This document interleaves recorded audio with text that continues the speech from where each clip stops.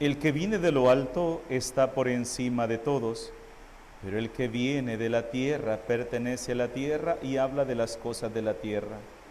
El que viene del cielo está por encima de todos, da testimonio de lo que ha visto y oído, pero nadie acepta su testimonio. El que acepta su testimonio certifica que Dios es veraz. Aquel a quien Dios envió habla las palabras de Dios, porque Dios le ha concedido sin medida su espíritu. El Padre ama a su Hijo y todo lo ha puesto en sus manos. El que cree en el Hijo tiene vida eterna, pero el que es rebelde al Hijo no verá la vida, porque la cólera divina perdura en contra de él. Palabra del Señor. Por las palabras del Santo Evangelio sean perdonados nuestros pecados. Siéntense, por favor.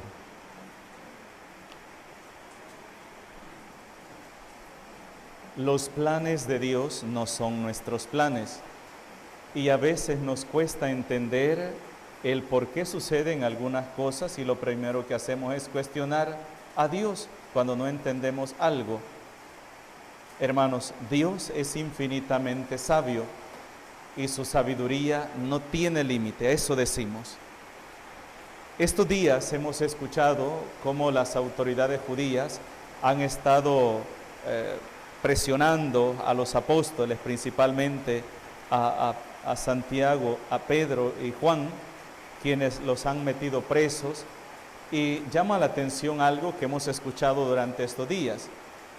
Las autoridades judías los apresaron, los metieron presos. Esa misma noche vino el ángel, los sacó y les dijo: vayan a predicar al templo.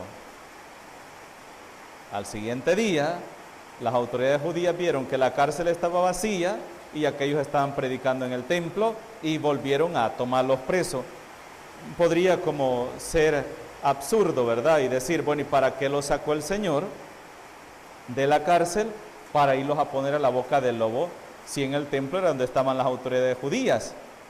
Si eran ellos los que los habían metido presos, ¿por qué Dios los manda a predicar? ¿Por qué no les dice, miren, vayan a esconderse o váyanse para otros pueblos, huyan de aquí, ¿verdad? Porque los quieren matar. Pero aquí viene una cosa muy importante, y es que nuestra vida está puesta en las manos de Dios. Un día les va a decir Jesús a sus discípulos: hasta los cabellos de su cabeza están contados. Miren las aves del cielo, no siembran, ni cosechan, ni guardan nada, y ni uno de ellos cae. Las flores, los lirios del campo, ni Salomón se vestió con tanta hermosura como ellos lo hicieron. Y miren Dios cómo los viste. Si Dios se preocupa por los pajaritos, si Dios se preocupa por los lirios, por las plantas, ¿cuánto más no se preocupará Dios por ustedes? Esas palabras, creo yo, que a los apóstoles después de la resurrección van a significar mucho, porque en primer lugar, el que Jesús los sacara de la cárcel y los mandara al templo les está diciendo, miren, confíen en mí. O sea, no significa que, por ejemplo, como algunas personas cuando caen en una desgracia, ¿verdad? En una enfermedad o en una situación difícil de su vida, ¿cuál es la palabra que dicen? Dios se ha olvidado de mí, ¿verdad? Así dice la gente.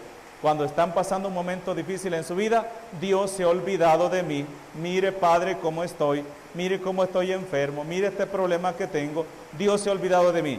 En primer lugar, Dios está diciéndoles a los discípulos que ese acontecimiento del hecho de que ellos estén presos no ha pasado desapercibido. ¿Ve? En primer lugar, no significa que no los estoy viendo, ¿cómo no? Pero no significa que eso que los han metido presos o que los están intimidando, significa que yo voy a permitir que eso frustre el Evangelio. Acuérdense lo que les dijo en Marcos, ¿verdad? 16:15, vayan por todo el mundo y prediquen el Evangelio a toda criatura, vayan y prediquen. Entonces, Jesús habla de esa misión, pero también de los signos que les acompañarán y que Él estará con ellos toda la vida. El hecho que ayer escuchábamos, que el ángel los sacó, significa el Dios que está ahí en medio de la persecución, Dios que ve cuando te humillan, cuando te persiguen, cuando te desprecian, cuando te insultan. Dios mira todo aquello que tenemos que pasar muchas veces por predicar la palabra de Dios. Dios no es ciego, ni tampoco es sordo. En primer lugar, los manda a predicar al templo. Jesús sabía que al darse cuenta las autoridades judías que ellos no estaban presos, los iban a mandar a capturar nuevamente. Pero aquí viene una cosa, ¿se acuerdan lo que Jesús les dijo al apóstol San Pablo? Cuando lo han capturado, lo tienen preso, ¿verdad? Y le dice, mira, vas a tener que ir a Roma, allá vas a ir, y vas a tener que ir a predicar mi palabra allá ante las autoridades. El hecho que los apóstoles hoy sean capturados y sean llevados nuevamente ante las autoridades judías,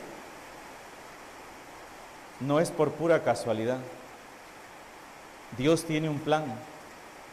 Y quizás aquellos hombres ni siquiera han ido a escuchar de viva voz de Pedro, porque jamás iban, ¿cómo vamos a ir a escuchar a ese hombre? Ese hombre que ni siquiera leer y escribir sabe. Nosotros somos maestros de la ley, somos doctores, somos escribas, conocedores de la ley. ¿Cómo los vamos a ir a escuchar? Pues hoy Jesús permite que estos hombres vayan a predicarles en su cara. Cuando el enemigo te enfrenta, cuando el enemigo se acerca a ti y busca cómo atacarte, Jesús le dijo a Pablo, no tengas miedo. ¿Se acuerdan? No tengas miedo porque yo pondré mis palabras en tus labios. ¿Se acuerdan, verdad? Yo pondré mis palabras en tus labios y así darás testimonio de mí ante las autoridades. Eso mismo es lo que han hecho los apóstoles hoy. Han llegado y se han parado frente a las autoridades judías y han empezado a predicar, y ellos le dicen, ¿por qué andan enseñando al pueblo esa doctrina de ese tal Jesús, del cual ustedes nos están haciendo culpables a nosotros, que dicen que nosotros lo hemos matado? Así es la acusación. ¿Por qué nos acusan ante el pueblo que nosotros somos los responsables de la sangre de ese hombre? Y viene el discurso de Pedro, ¿verdad? Porque ellos le dicen, les prohibimos hablar de ese hombre. Y viene Pedro y dice esta frase, que es una frase tan célebre y es una frase que a nosotros nos tiene que decir mucho en nuestra vida cristiana. Primero hay que obedecer a Dios y luego a los hombres. Primero hay que obedecer a Dios y luego a los hombres. El Dios de nuestros padres resucitó a Jesús, a quien ustedes dieron muerte colgándole de la cruz. O sea, si alguien les dijo que nosotros andábamos hablando que ustedes eran los culpables de ese hombre, pues ahora se los decimos en su cara. Sí, ustedes son los responsables, ¿ve? Ustedes son los responsables. Ustedes mataron a Jesús. Son ustedes los que derramaron esa sangre. ¿Les prohibimos que hablen? No. Nosotros estamos aquí por obediencia, porque Jesús cuando resucitó les dijo, vayan y prediquen el evangelio a toda criatura. Y toda criatura también eran los que lo habían condenado a muerte. E incluso aquí hay un lazo de misericordia, una gracia de misericordia de Dios para esos hombres que fueron los que acusaron a Jesús falsamente y lo mataron. Aún ahí Dios está queriendo salvar a esos hombres, redimirlos del pecado, pero ¿fue suficiente para rescatarlos? No. Los apóstoles están ahí por obediencia, y esa frase, hay que obedecer a Dios antes que a los hombres, no fue suficiente para las autoridades judías. Ahí ellos debieron haberse sentado y preguntar, hombre, esta frase que este hombre inculto está diciendo es una frase muy importante.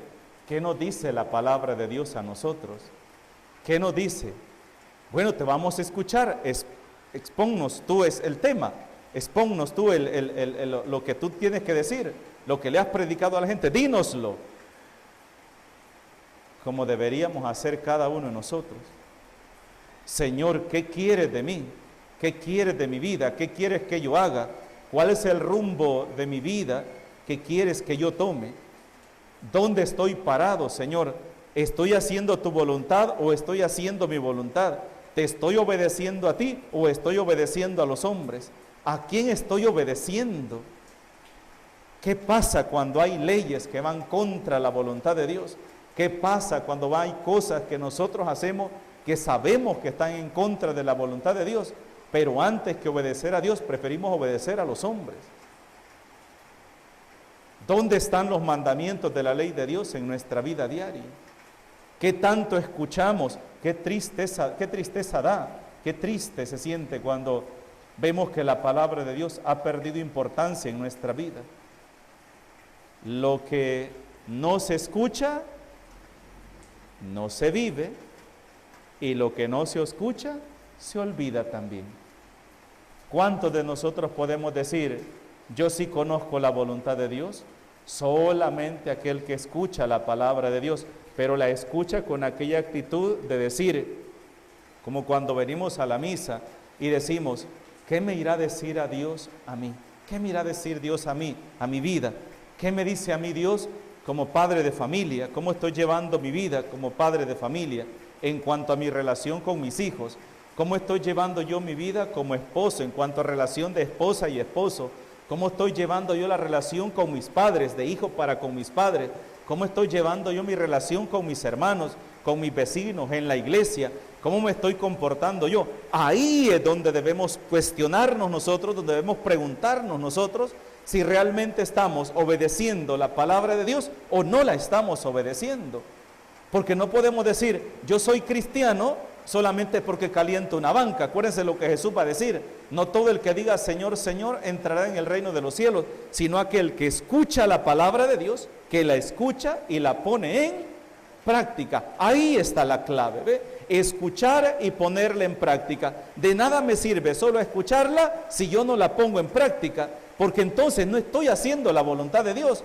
Bonito es como algunas personas que andan la Biblia debajo del brazo, ¿verdad? No, que yo me sé este texto bíblico, yo me sé esta Biblia, y se puede en la Biblia, y que tal libro aquí, pasan sacando citas bíblicas, de tal libro, de tal otro, de tal aquí, sacan esto, sacan lo otro. Sí, hermano, pero en tu casa eres un ogro, muerdes a tus hijos, tratas mal a tu esposa o a tu esposo, tratas mal a tus padres, a tus vecinos, te comes a tu hermano, ¿verdad? En la iglesia metes división, criticas, murmuras. Entonces no presumas de que estás haciendo la voluntad de Dios solo porque conoces la palabra de Dios. El hecho de conocer la palabra de Dios, eso no significa que yo me voy a salvar. El diablo también se puede la Biblia y se la puede mejor que nosotros. Incluso acuérdense cuando en el texto de las tentaciones, ¿verdad? ¿Se acuerdan? En el momento de las tentaciones, cuando el diablo le saca a Jesús, mira, tírate desde acá, ¿ve? Tírate. Lo sube a la torre más alta del templo y le dice, tírate de acá.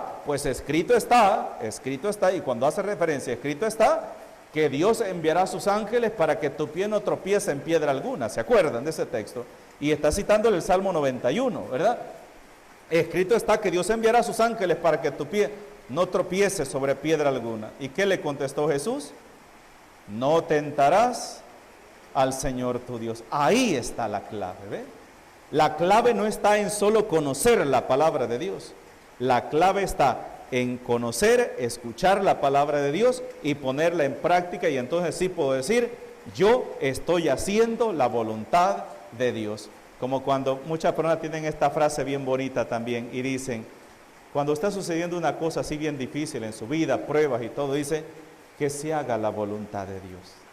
Pero lo hacen con una conformidad, con una alegría, y dice, es como decir, bueno Señor, mi vida está en tus manos, si esta es tu voluntad, que así sea. Santa Teresita del Niño Jesús decía, cuando pues venían las pruebas, principalmente de su enfermedad, Jesús, si esto viene de ti, lo acepto, pero si no viene de ti, lo reprendo. Porque todo lo que viene de ti, aún incluso las cosas aquellas que no me agradan, me acercan más a ti. Pero aquello que no viene de ti, aunque sean bonitas, amistades, riquezas, trabajos, Si esto no viene de ti, aunque quizás sea como una oportunidad de lujo para mi vida, pero si no viene de ti, apártala de mí, porque todo aquello que no viene de ti, aunque sea agradable para mí, me aparta de ti. Por eso pidámosle al Señor hoy esta gracia. Señor, que se cumpla en mi vida diaria la frase que el apóstol San Pedro nos dijo hoy: hay que obedecer a Dios antes que a los hombres. Aunque quizás algún amigo me esté seduciendo, me esté hablando bonito, una mujer, ¿verdad?, o alguien me esté hablando bonito a mis oídos sobre la desobediencia, la infidelidad, borrachera, el pecado, me esté seduciendo, no. Pero Dios a mí me dice que eso es pecado, que eso no tengo que hacerlo. Ahí podemos decir: estoy obedeciendo a Dios antes que a los hombres. Que así sea. En el nombre del Padre, del Hijo y del Espíritu Santo. Amén.